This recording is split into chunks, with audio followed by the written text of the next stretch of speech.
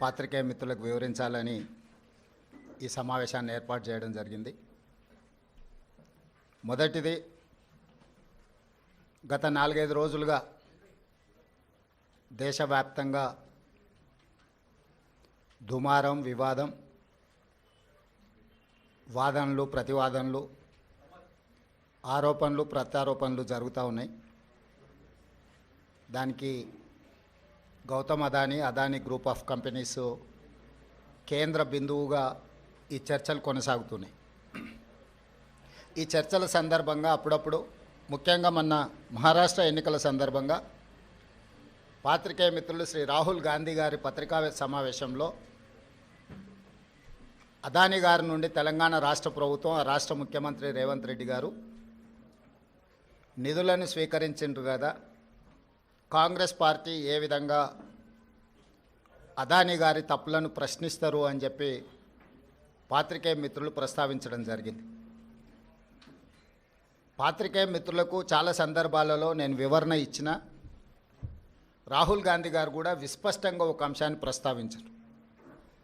చట్టబద్ధంగా, రాజ్యాంగబద్ధంగా రాష్ట్ర ప్రభుత్వాలు కానీ కేంద్ర ప్రభుత్వాలు కానీ ఏదైనా అంశంలో టెండర్లు పిలిచినా, ఏదైనా అంశంలో పెట్టుబడులు పెట్టడానికి అవకాశాలు కల్పించినా అందరికీ సమానమైన అవకాశాలు, అందరూ పోటీ పడే విధంగా నిబంధనలను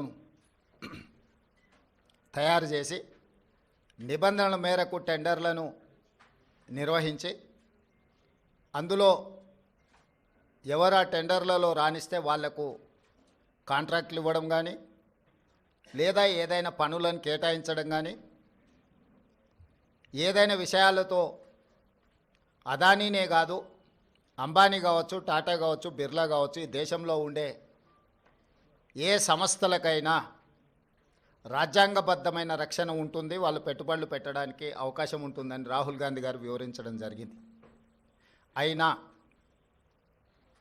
జర్నలిస్టులు కావచ్చు, రాజకీయ పార్టీలు కావచ్చు, పదే పదే తెలంగాణ రాష్ట్ర ప్రభుత్వానికి ప్రతిష్టాత్మకంగా తెలంగాణ రాష్ట్ర ప్రభుత్వం భావించి ప్రారంభించిన యంగ్ ఇండియా స్కిల్స్ యూనివర్సిటీకి కార్పస్ ఫండ్ కింద రాష్ట్ర ప్రభుత్వం నిధుల స్వీకరణ కోసం చేస్తున్న ప్రయత్నంలో భాగంగా చాలా సంస్థలు ముందుకొచ్చి రాష్ట్ర ప్రభుత్వం ప్రారంభించిన ప్రతిష్టాత్మకమైన యంగ్ ఇండియా స్కిల్స్ యూనివర్సిటీకి నిధులను ఇవ్వడం జరిగింది.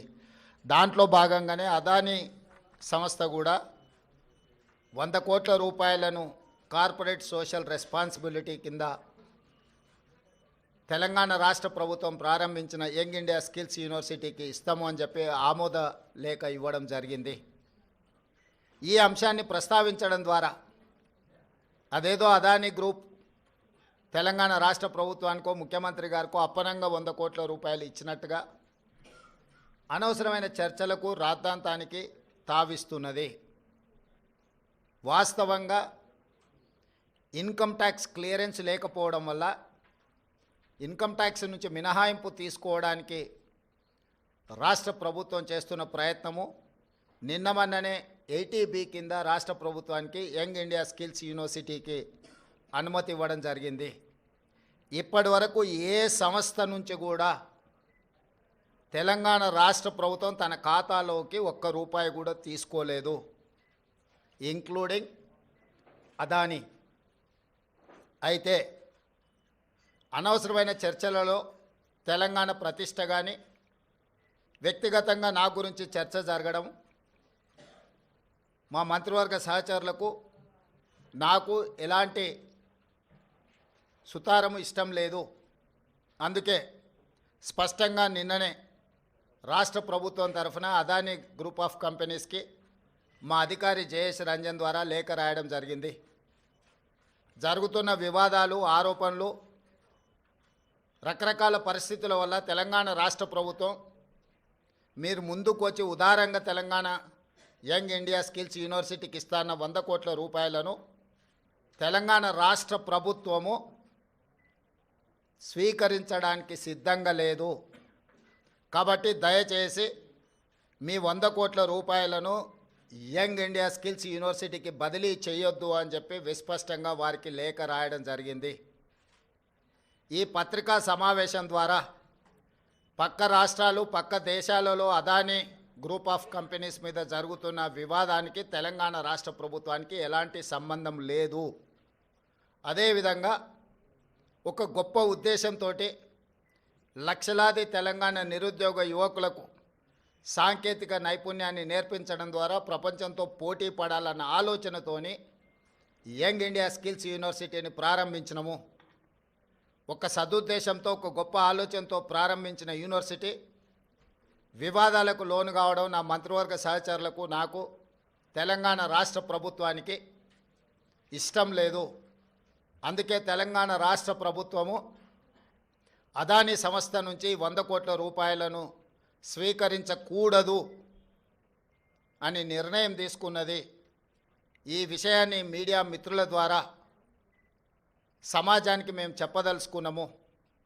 అనవసరమైన వివాదాలలో మా రాష్ట్ర ప్రభుత్వాన్ని మమ్మల్ని లాగొద్దు అని చెప్పి మీడియా మిత్రులందరికీ కూడా నేను సూచన చేస్తున్నా. రాజకీయ పార్టీలకు కూడా నేను సలహా ఇవ్వదలుచుకున్నా.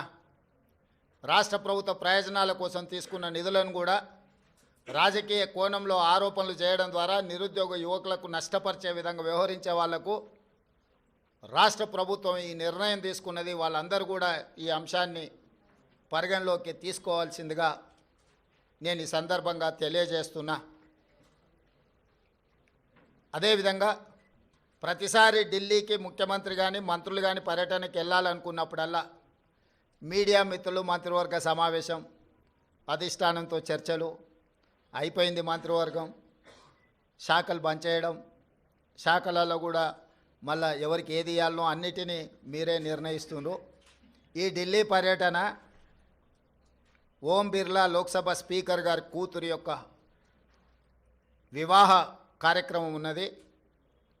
గతంలో నేను, ఉత్తమ్ కుమార్ రెడ్డి గారు, కోమటిరెడ్డి వెంకటరెడ్డి గారు పార్లమెంట్లో సభ్యులుగా మేము ఉన్నాం. వారితో మాకు వ్యక్తిగతంగా పరిచయం ఉన్నది. వారు ప్రత్యేకంగా ఆహ్వానించారు కాబట్టి ఓం బిర్లా కూతురు వివాహానికి హాజరు కావాలి అని చెప్పి నేను, ఉత్తమ్ కుమార్ రెడ్డి గారు ఢిల్లీకి వెళ్తున్నాము. ఈ పర్యటనకు రాజకీయ ప్రాధాన్యత లేదు.